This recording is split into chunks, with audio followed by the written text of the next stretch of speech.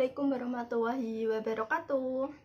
Baik, di sini saya akan menjelaskan terkait tentang satu isu yang ada di global yang terkait tentang kepentingan nasional yang berimbas pada kepentingan negara. Nah, di sini saya akan membahas tentang isu terhadap lingkungan hidup. Manusia mempunyai pengaruh besar terhadap lingkungan hidup karena memiliki pengetahuan, teknologi dapat mempertahankan diri dengan adaptasi di lingkungan sekitar. Kegiatan manusia tersebut menjadi bagian di antara komponen hewan dan juga tumbuhan untuk dilestarikan agar kehidupan ini tetap seimbang.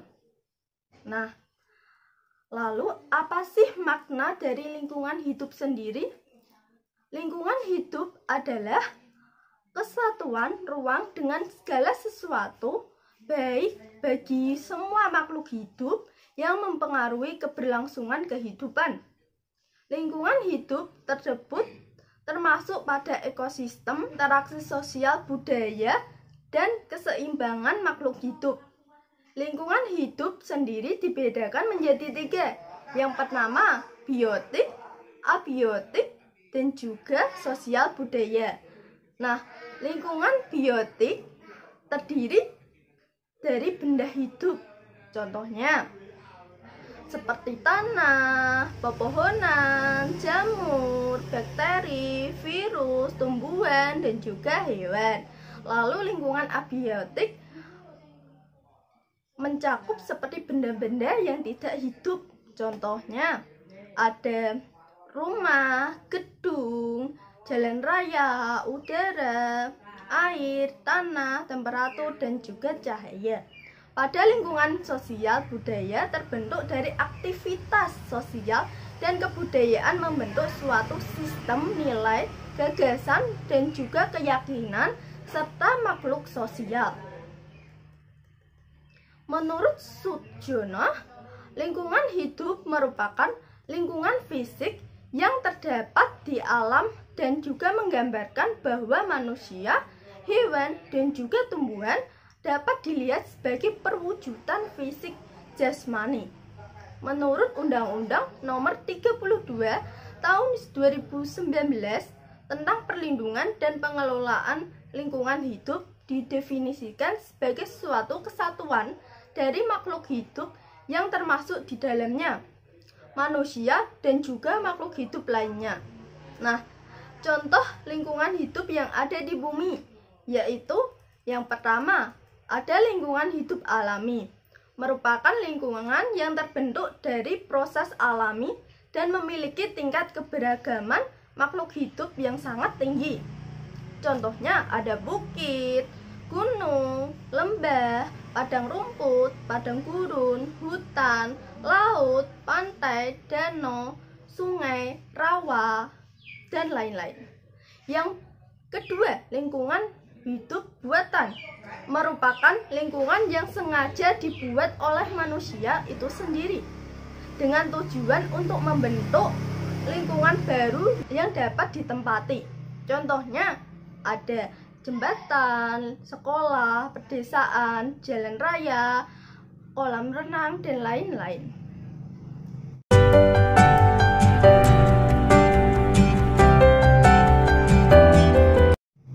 Nah, di sini kita akan membahas tentang isunya, isu global dalam lingkungan hidup. Isu lingkungan global merupakan permasalahan yang memiliki dampak yang sangat luas, serius, dan menyeluruh bagi dunia. Karena isu tersebut mencakup pada aspek-aspek dari ilmu ekonomi, politik, sosial, dan juga budaya. Isu ini dikategorikan menjadi isu lingkungan lokal, nasional, dan juga isu global. Apa sih pemanasan global itu? Pemanasan global merupakan akibat dari adanya proses peningkatan suhu rata-rata atmosfer, laut, dan daratan bumi yang disebabkan oleh meningkatnya emisi gas karbon dioksida, metana, dinitrosida, dan CFC sehingga energi matahari tertangkap oleh atmosfer bumi.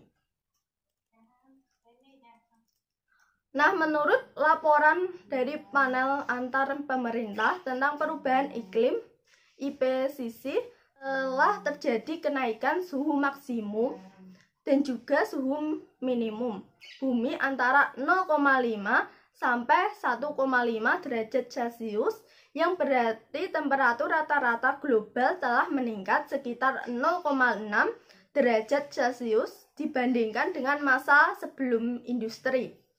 Seperti yang dilaporkan oleh 441 pakar IPCC pada tanggal 10 April 2007, pemanasan global sendiri menyebabkan naiknya suhu permukaan bumi dalam 5 tahun mendatang dan dapat mengakibatkan suatu kegagalan panen, kelangkaan air, dan juga kekeringan. Diperkirakan Asia akan mengalami suatu dampak yang paling parah. Pada produksi pertanian ini di Tiongkok dan Bangladesh akan mengalami penurunan yang sangat drastis, yakni 30%. India akan mengalami kelangkaan air dan 100 juta rumah warga pesisir akan tergenang oleh air. Setiap tahunnya terlepas sekitar 18,35 miliar ton karbon dioksida, sehingga atmosfer semakin kaya akan gas-gas rumah kaca dan akan menjadi insuftor yang menahan lebih banyak lagi panas dari matahari yang dipancarkan ke bumi. Inilah yang disebut oleh efek rumah kaca. IPCC menyimpulkan bahwa sebagian besar peningkatan suhu rata-rata global sejak pertengahan abad ke-20 kemungkinan besar disebabkan oleh meningkatnya konsentrasi gas-gas rumah kaca akibat aktivitas manusia itu sendiri.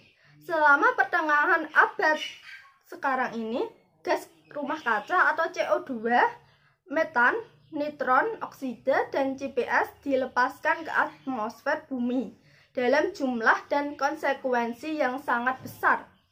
Jika emisi dan gas-gas berbahaya itu terus meningkat, konsentrasi pada gas rumah kaca akan lebih tinggi dan mencapai 2 kali lipat dari sebelum era industri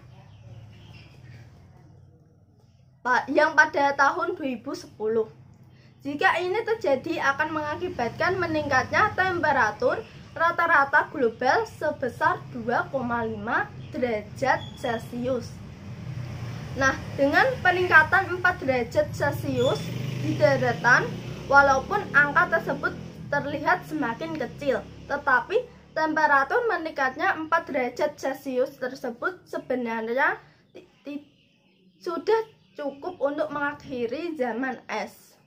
Pemanasan global telah berhasil memicu peningkatan suhu di bumi dan mengakibatkan es mencair, kekeringan, serta naiknya permukaan air di laut.